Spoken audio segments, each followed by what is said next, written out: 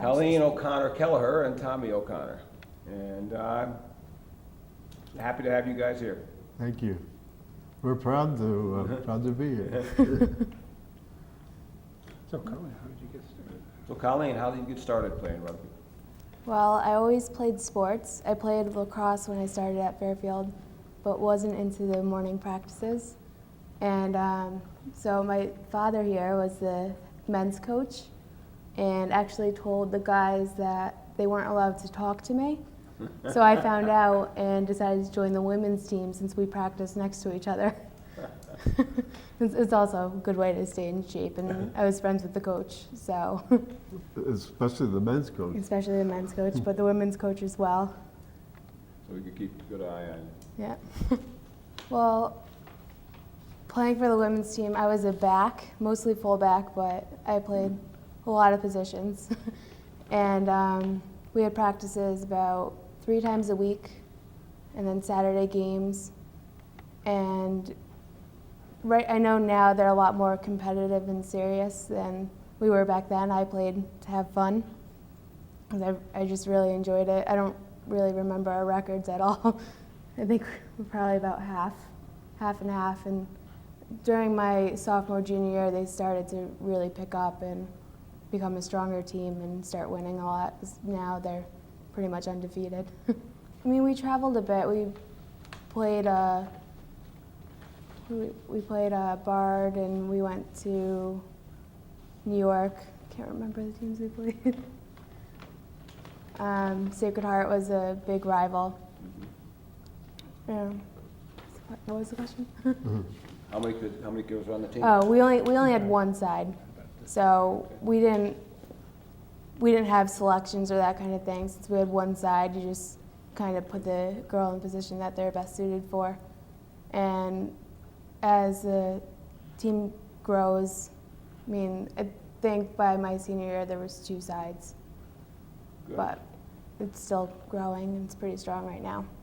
Well, I know my boyfriend, now husband at the time, loved it when I'd show up to Queens with black eyes. And go into bars in Queens and have black eyes, and everybody's wondering how I got it.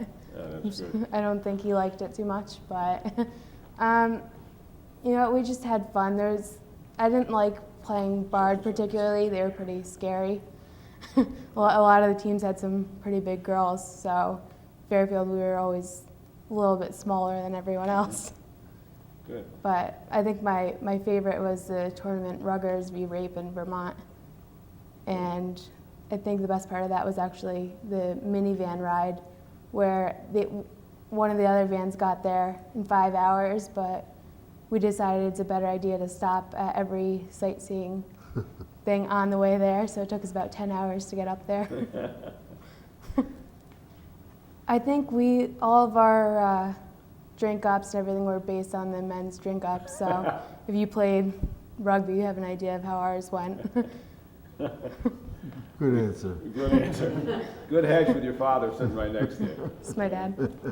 I mean, it's just you meet your best friends there. It's a great way to network and meet people. I started playing rugby with one of my best friends that would be my roommate and one of my bridesmaids at my wedding. So it's very good people, and you know, the older girl gave me my first fake ID, so it's just. Find out a lot, aren't you?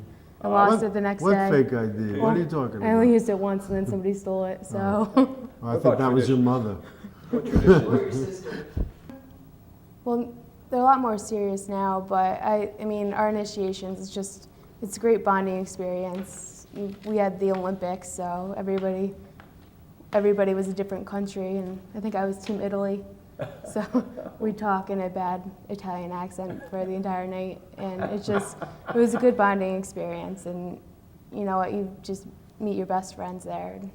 That's pretty good. And I'll tell you, as a parent, it was really fun to go to the games and watch Colleen play. And if I were still young enough to play, I could have taken a note from the way I used to hit those people with a vengeance. It was something. But you know, it's as a parent, it was really fun to be able to go watch, you know, our daughter in this case play a game that was so close to me?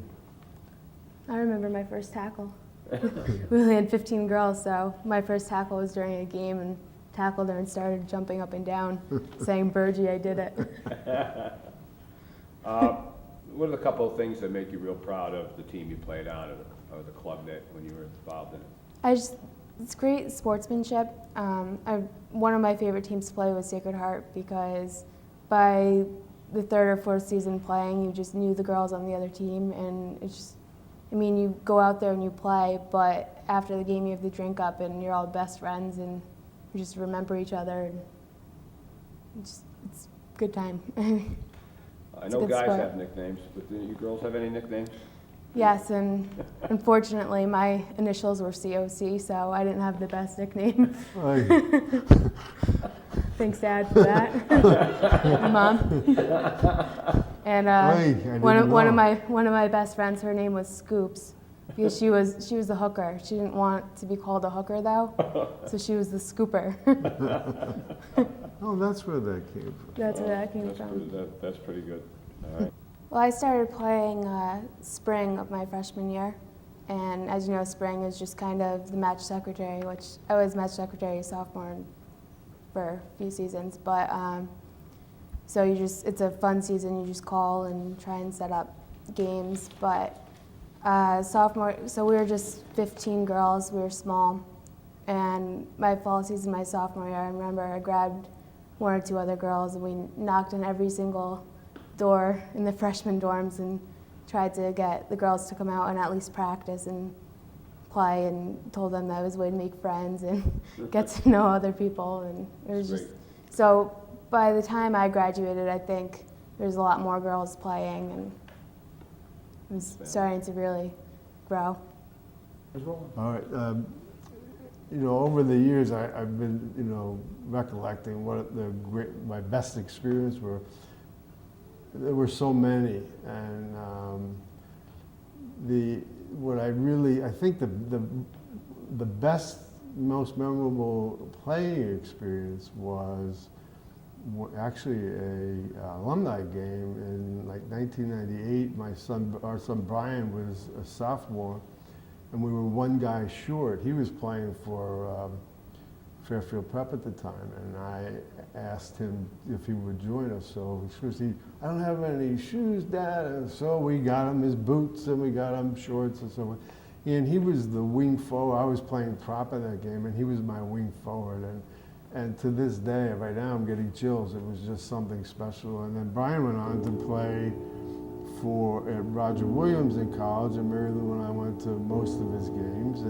And then Colleen played again, and just another great experience to see my own child playing in a sport that I love, and her twin sister played up at Roger Williams. So, it's just been an incredible experience. And then the other great opportunity that I had was the honor and privilege to be asked to coach the Fairfield University rugby team in 2004 through 2007, and I was 30 years out of school by then.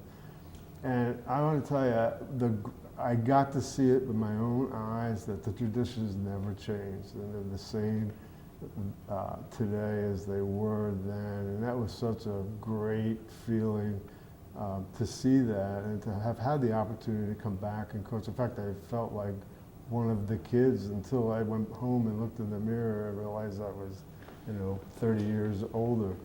But it just shows to me the tradition has not died.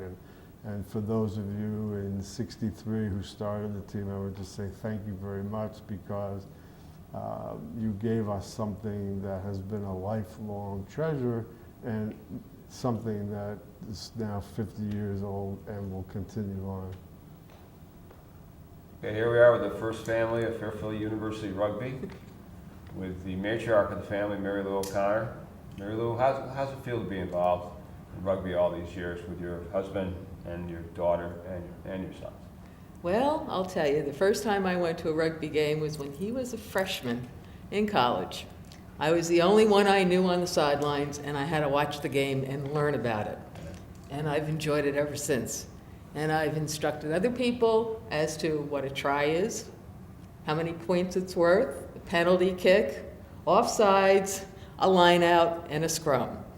I don't know everything, but I know some things. And I screamed a lot on the sidelines for many years for Tom. She cheered in the rain and the snow. And Went to all the games, weather, not an obstacle.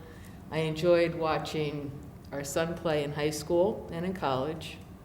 I enjoyed watching Colleen play, taking her to the med now because of a broken finger. She was first aid too. Yeah, I did first aid a little bit, and I enjoyed watching Erin play also. Katie didn't play. She was probably the smartest one of the group, I suppose, you could say. One of my best friends on the sideline happened to be Pid, and we were friends to the end, and he was an inspiration. His dedication to the boys and the girls on the teams was a wonderful thing. And one of the last things he told us was to keep the tradition going. And that's one of the reasons there happened to be a need, right after Pid passed away, for a boy playing at Fairfield U that got us started on Friends of Fairfield Rugby. It's a wonderful thing, and we enjoy going to the games still. Just about every home game we're at. I feel like the den mother. You are. Been a den mother a long time. Yeah, I've been a den mother since day one.